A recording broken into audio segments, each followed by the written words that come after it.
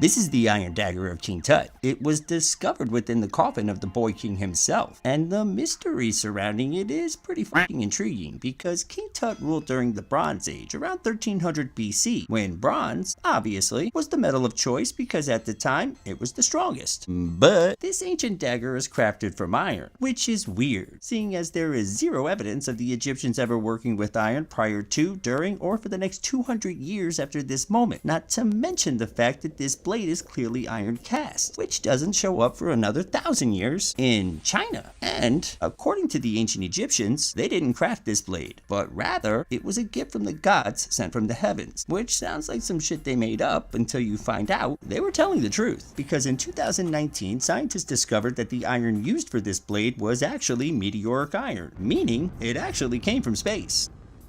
Now, here's the thing. Yes, explaining the appearance of iron 200 years prior to its established discovery is a problem, but it's not the problem. Trying to explain just how in the absolute the iron was turned into this blade, well, that's where the real issues begin, because we've established that the iron came from a meteor. The problem is trying to understand how the ancient Egyptians were able to extract the iron from the meteor in the first place. Because a fun fact about meteoric iron, it isn't conveniently clustered into just one spot. So finding it and extracting it is an extremely complex process, especially when you have absolutely no clue what you're looking for. But let's say they did it. Now you have to form the metal, which the ancient Egyptians were fully capable of doing. The problem is that meteoric iron contains a shit ton of nickel, making it nearly impossible to forge, unless you perform a technique known as stacking, in which you fold the metal over and over again until it becomes strong enough to forge. The problem is that there is zero evidence of this process ever taking place, which is really confusing, seeing as there is only one other way that we know of in which this could be accomplished, and it would have been impossible for the ancient Egyptians to do it. But we'll come back to that, because now we have to shape the blade, which according to Egyptologists would have been done by a hammer forge, which is basically heat the metal up and then beat the shit out of it. The problem is that there is zero evidence of this process ever taking place either, which makes no fucking sense because there's only one other way to explain this, and it's that impossible one I said I'd come back to, a cast forge, which is basically melting the metal and pouring it into a preformed cast. The problem, cast iron requires a minimum temperature of 3,000 degrees Fahrenheit, which would have been impossible for the Egyptians or any other ancient civilization of that time period to accomplish. And we're not talking a couple hundred years discrepancy here. We're talking over 1,000 years discrepancy here. And yeah,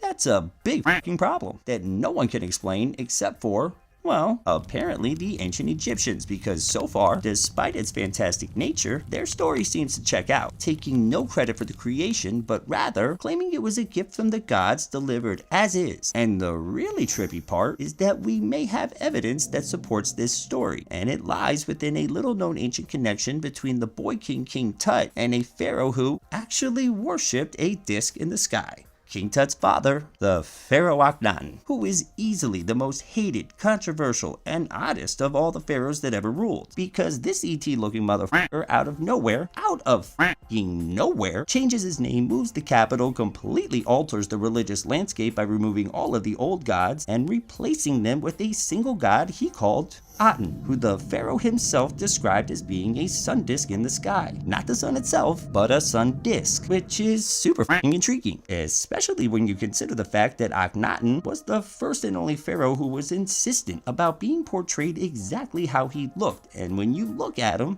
I mean, it's hard not to notice some oddities. Now, all of that being said, am I saying that the Pharaoh Akhenaten was an alien or he worshipped aliens and this dagger was something an alien gave to him in which he gifted to his son? Absolutely not. But I mean, I'm not necessarily saying it's not a possibility, because you gotta admit, this blade is truly unbelievable and very much unexplainable, right? Right. So, let me ask you something. If all of our modern attempts to explain this dagger continue to fail, yet all of the ancient accounts continue to be validated, is it possible, despite their fantastic nature, that maybe the ancient accounts are true, this dagger truly was a gift from the gods, and, well, King Tut's dad was probably an alien? Let me know what you think.